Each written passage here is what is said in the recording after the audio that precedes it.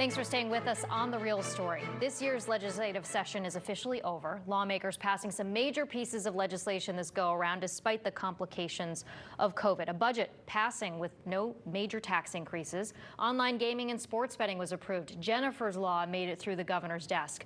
A highway usage fee also made it through. One side saying it's a tax, the other side saying it's a fee. Lots to break down on that front. But the session had plenty of drama. The state capitol closed to the public by lawmakers citing COVID. And while there are allegations of drinking while on the job, not a good look. A lot to talk about with the reporters of the Roundtable. They're back on Zoom this time to break down the session that was and what still may be tackled with a special session legalizing the recreational use of marijuana at the top of that list. Joining us this morning, Hartford Current Capitol Bureau Chief Chris Keating and Connecticut Mirror State Budget Reporter Keith Phaneuf. Good morning to you both. Good morning. Good morning. So let's start with the state budget. This was bipartisan in the Senate and the House, which is something definitely to be noted. No major tax increases. When you were going through it, I mean, how big of a deal when you're reporting on it is it that you had Republicans in both chambers voting for this? Well, Jen, it wasn't that long ago that we had Republicans and Democrats, 2017 and 2018, coming together, different circumstances. It was the majority party, the Democrats, had very slim margins and they could barely pass a budget. It seems a little longer ago than it was, maybe because 2020, we didn't really have much of a session. But it wasn't that long ago we had sort of the same dynamic. That said, it's been quite a while since we've seen them together, able to be happy about the budget at the same time.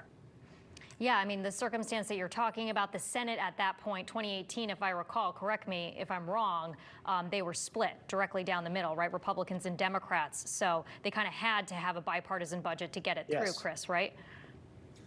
Correct. That's right. The circumstances were different. Len Fasano was in charge back then. And yes, it was 1818.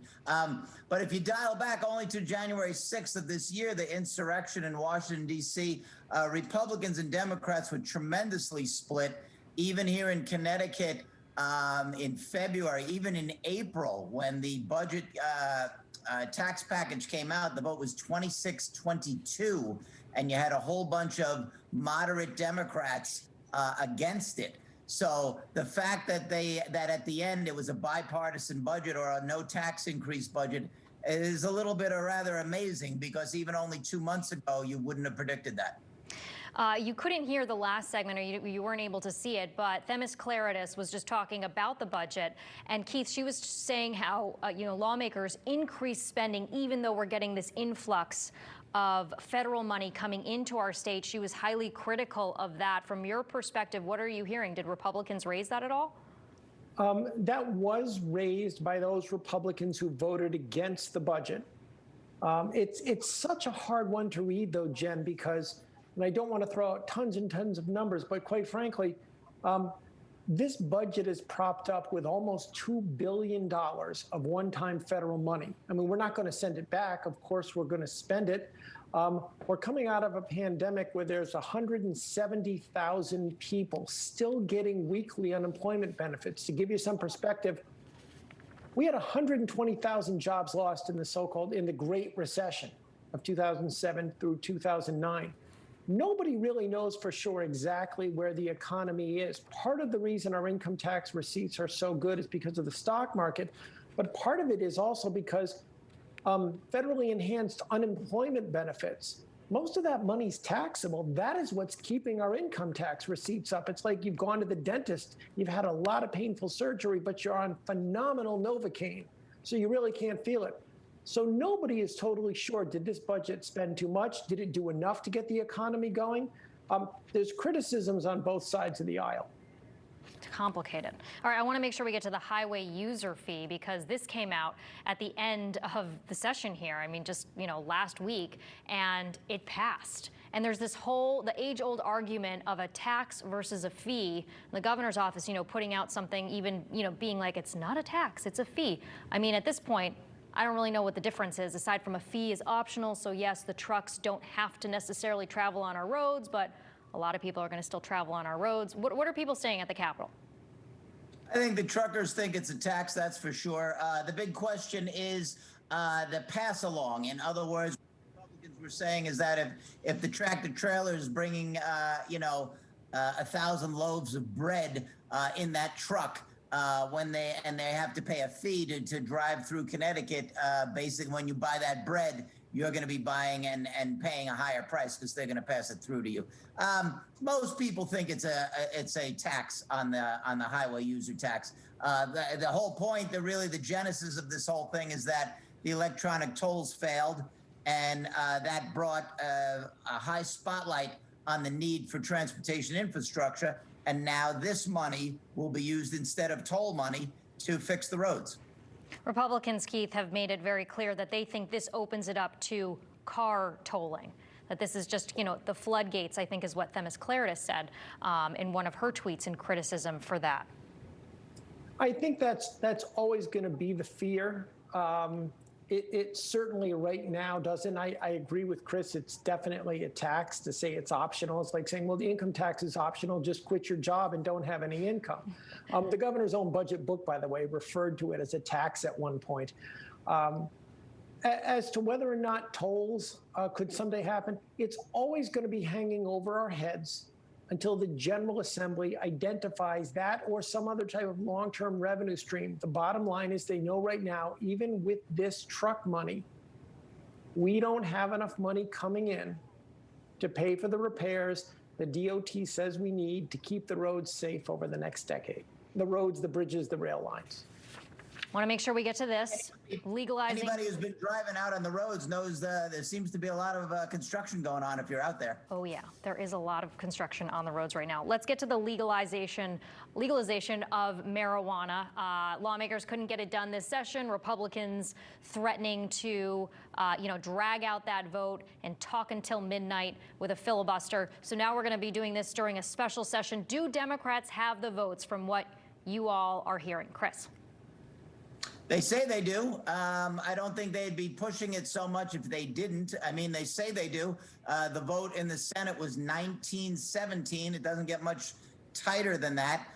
The only tighter would be an 18-18 tie, and Susan Bisowitz would be expected to break the tie for the Lamont administration. So could they lose another vote? Yes. Is 19-17 really close? Yes. Did 6 Senate Democrats vote against it? Yes.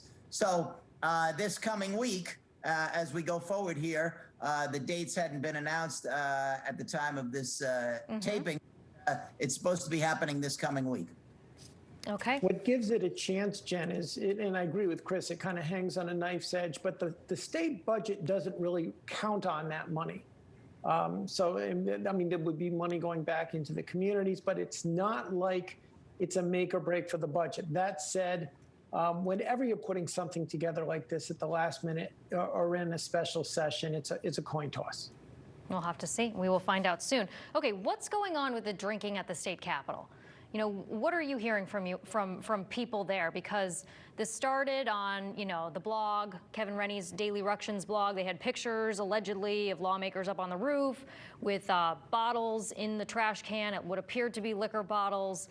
We had the incident on the House floor with someone, saying that they had a glass of wine, weren't feeling well. So what did you hear from people there? Is this something that's widespread? There's been drinking at the Capitol for the last 25, 30 years, maybe 50 years. It all depends on the amount. I would say that the amount is probably less than the old days, that there had been more drinking in the old days. But what happened this year was that with COVID, everybody really wasn't in the chamber. So they set up new rules that if you were anywhere in the complex, you could still vote. So therefore, if you were a legislator all the way over basically at the parking garage of the LOB, which is fairly far away from the House chamber, you could still vote there by computer. So a lot of the legislators were spread all over the place. If you're all, sitting right in front of the speaker right there in the House chamber, it's a little bit harder to get away with it. Yeah, and this is all, under the circumstances where people weren't allowed in the Capitol, the public not allowed in the Capitol because of COVID. So the optics of it didn't look good, Keith. And I agree. And I also agree with Chris, though. I mean, without, of course, I'm not going to get into specifics, but we can all think back to incidents where we saw some legislator or another over the last 30 years talking, not necessarily even on the floor, and thinking to yourself that they looked a little bit tipsy. I think also with the pandemic, so much more of the attention was focused on what was being broadcast. I mean, the whole session was virtual. So you've certainly had embarrassing moments before, but I don't know that we've ever had one that was captured that made it into a Tonight Show monologue. Yeah, it did make that it is into true. In the old days, these were not broadcast live because they didn't have the technology. I'm saying like in the 1980s, even the early 90s, the technology was not very good. Obviously, Right. now it's very good. Yeah, I mean, it really does blow my mind, though, that, like, Keith, you're saying you've seen legislators over the years. I mean, I'm not that surprised, but that you felt like might have had too much to drink, because anyone else going to their job would not be able to keep it if they were intoxicated. But that's the culture, like Chris I guess? said, though, Go ahead. well, it was the culture. It was there even probably more in the old days. True. All right, Keith Phaneuf, Chris Keating, again, I wish we had a full hour with you guys. We didn't even get to break down religious exemptions, early voting, so many things that were passed this session, but I really appreciate you all coming on The Real Story for another Reporter Roundtable. It's good to see you both. Thank you. Let's do an hour next time. Let's do it. All right, that does it for us on The Real Story. If you want to watch these segments again, head to fox61.com or download the Fox 61 app and watch The Real Story every Sunday at 10 a.m. right here on Fox 61. Have a great morning.